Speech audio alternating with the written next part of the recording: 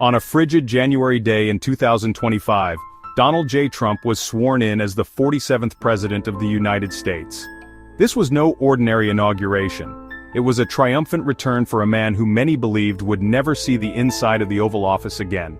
The ceremony, moved indoors due to the weather, took place in the Capitol Rotunda. It was a scene of both celebration and defiance. Among the notable attendees were familiar faces from the world of tech: Elon Musk, Jeff Bezos, Mark Zuckerberg, Sundar Pichai, and even TikTok CEO, Shou Chew. Their presence spoke volumes about the power and influence Trump still wielded, even after years of controversy and legal battles. The atmosphere was electric, a mix of anticipation and apprehension. Trump, never one for subtlety, began his presidency with a bang. One of his first acts was to pardon the individuals involved in the January 6th Capitol riot, a move that sent shockwaves through the nation. This was a clear signal that Trump intended to govern with the same uncompromising style that had defined his first term. The ceremony marked the beginning of a new chapter in American history, one that promised to be just as tumultuous and unpredictable as the man himself. The world watched with bated breath, wondering what the next 4 years would hold. The stroke of a pen. That's all it took for Trump to begin dismantling his predecessor's legacy. Executive orders flew off his desk, each one a direct rebuke to the Biden administration. Immigration, climate change, regulations. Trump wasted no time in reversing course on a wide range of issues. The border wall, a symbol of Trump's hardline stance on immigration, was back on the agenda. Environmental regulations were rolled back, a move celebrated by industry but condemned by environmental groups. Trump's message was clear: America was back to putting its own interests first. The speed and breadth of these executive actions left many reeling. Critics accused Trump of acting like a king, ruling by decree rather than governing through consensus. Supporters, however, cheered him on, seeing it as a sign of his commitment to his campaign promises. Trump's use of executive power was a stark reminder of the president's ability to shape policy unilaterally. It was a display of raw political power, one that set the tone for his second term. Trump, the self-proclaimed master of the art of the deal, wasted no time in shaking up the global trade landscape. Tariffs, a favorite tool during his first term, were back on the table. Canada and Mexico, two of America's closest trading partners, found themselves in the crosshairs. Trump's rhetoric on China remained as confrontational as ever. He accused Beijing of unfair trade practices and currency manipulation, hinting at a potential visit to confront Chinese leaders on their own turf. The trade war, it seemed, was far from over.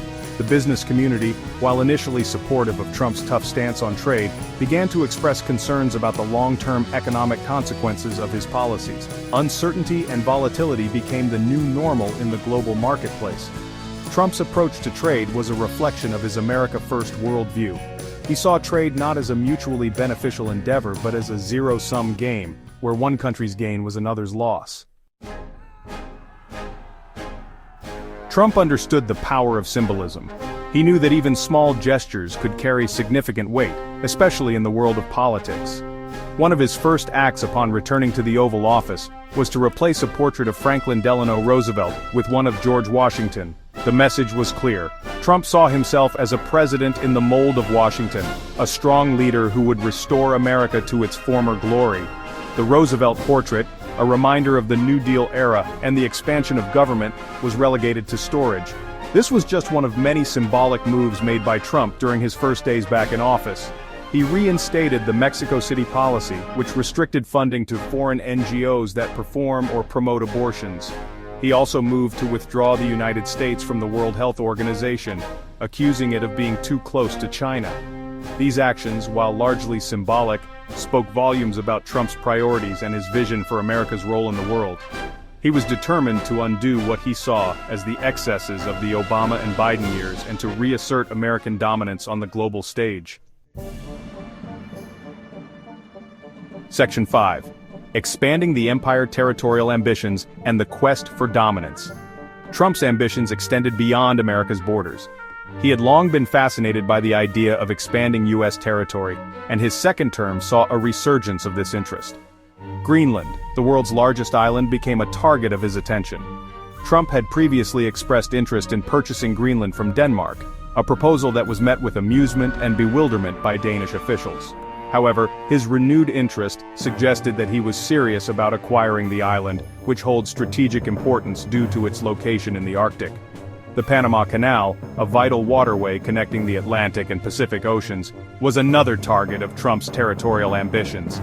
He believed that the United States should never have relinquished control of the canal, and vowed to find a way to regain it. Trump's territorial ambitions were met with skepticism and concern by many, both at home and abroad.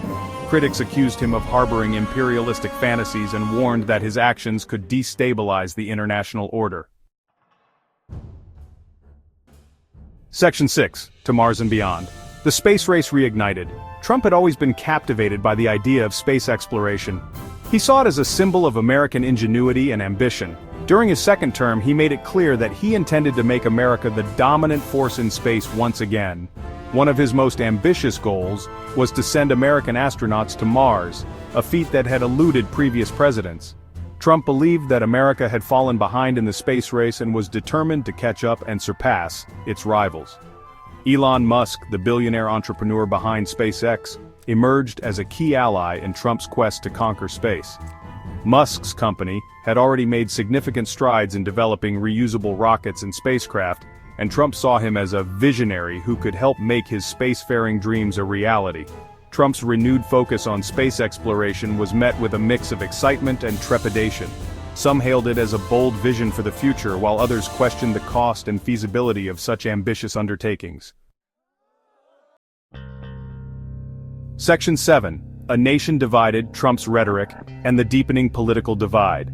Trump's return to power did little to heal the deep divisions that had come to define American politics. If anything, his rhetoric became even more inflammatory, further alienating his critics and energizing his base. His inauguration speech was a case in point. While it contained the usual platitudes about unity and patriotism, it was also laced with attacks on his political opponents and a rehashing of his grievances about the 2020 election. The message was clear. Trump had no intention of moderating his tone or reaching across the aisle. Trump's continued insistence that the 2020 election had been stolen from him, despite overwhelming evidence to the contrary, further eroded trust in democratic institutions. His supporters, many of whom had embraced conspiracy theories about the election, cheered him on, while his critics despaired at his unwillingness to accept reality. The political climate in America had become toxic, with both sides retreating further into their respective echo chambers. Civil discourse, once a hallmark of American democracy, seemed like a distant memory. Section 8. The Comeback Kid. From Exile to Power, a Story of Resilience. Trump's return to the White House was nothing short of remarkable. After the events of January 6, 2021, many had written him off, believing that his political career was over. He had been impeached for the second time, faced numerous legal challenges, and was banned from major social media platforms. Yet, Trump refused to fade away. He remained a potent force in Republican politics, endorsing candidates and holding rallies.